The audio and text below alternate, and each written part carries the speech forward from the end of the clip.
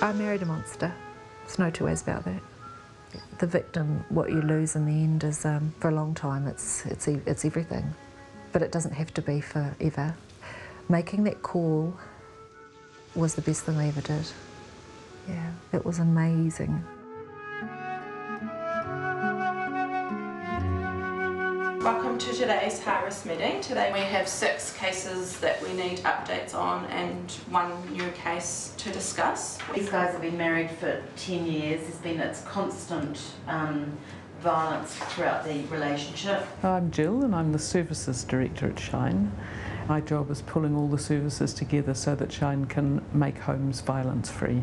This is our 20th anniversary this year, and it started because there was a need for a helpline in Auckland City, and then in 1995 the Domestic Violence Act came out and we got some funding from the Auckland Hospital to do a call-out service so that when the women called the police and there was an arrest, or when someone was admitted to hospital that had been assaulted, that we would go and talk to them within an hour of that incident happening so that we can be right there to give the help that people need on the spot.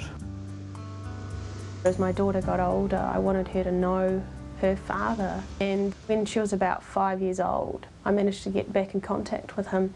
So I moved back in with him. A few weeks after I arrived, I found a glass pipe in his pocket. So it turned out he was addicted to pee. We tried to stay together and keep our problems, you know, inside our own walls. He made a lot of promises that he didn't keep. I tried to be optimistic. I tried to believe that he could overcome it. I stood by the man I loved and the father of my daughter. His addiction only got worse. By that stage, he was getting verbally and emotionally abusive. He made me and Jamie feel really insecure several times because of his outbursts of rage that he had. As time went on, his behaviour just got more and more unusual.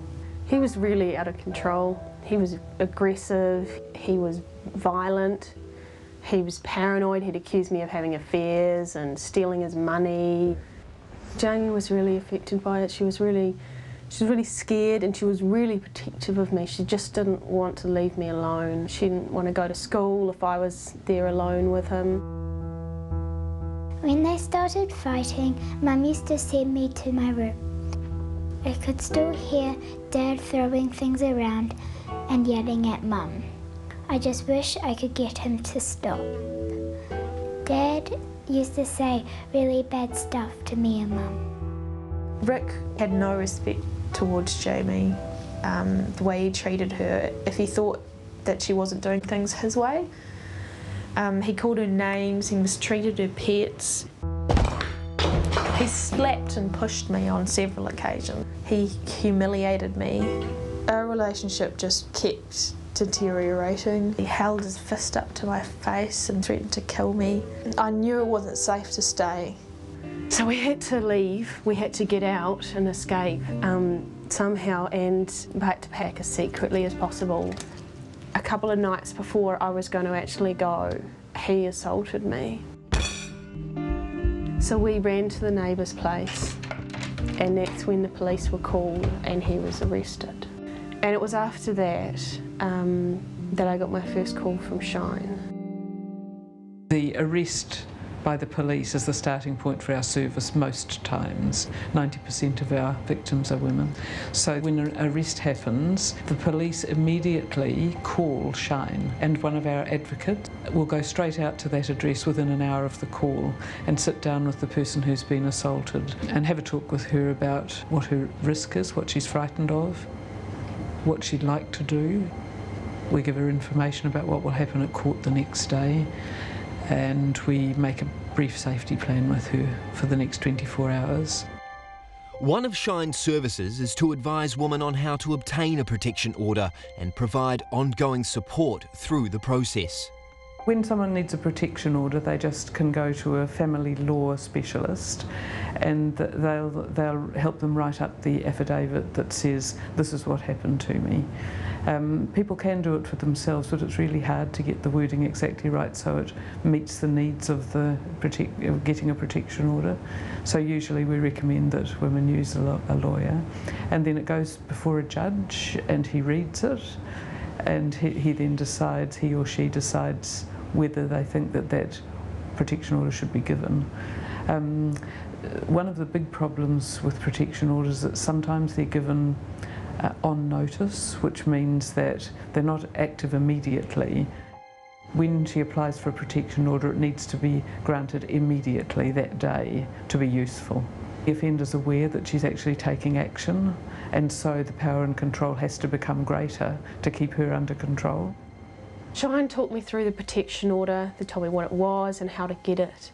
So I talked to my friend's lawyer and we went ahead with getting the protection order. But it took about a year to go through the courts, and in the meantime I had a temporary protection order, but I just still didn't feel safe because the whole time I was getting threats and things in my letterbox. It just never stopped. He never completed the program, and at the moment he's pleading not guilty as far as I know. My name's Aaron Steedman. I'm the coordinator for the Men's Stopping Violence program at Shine. I've been involved in delivering men's programs for 8 years, and I didn't end up in this work by accident. I'd had an anger problem all my life. I chose to voluntarily enter program myself about 9 years ago because I had become physically abusive with my partner on a couple of occasions. I always introduce myself and tell men about my history, and that's the first thing that happens when they meet me, because I want them to see that we have a picture of a typical offender in New Zealand being Jake the Muss, you know, and actually he's not. He's all kinds of men. About 40% of our referrals come through the Family Violence Court. That's where there's been an arrest made for someone assaulting their partner. He's appeared in court, and then the judges often referred him on to a program like ours. Yep.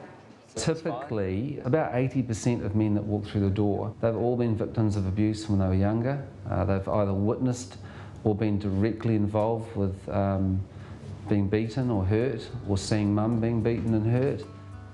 My husband was very abusive, not physically, but it was what was said. I think underneath it all, very, very successful business person. He always gets what he wants. A lot of standover tactics, a lot of bullying.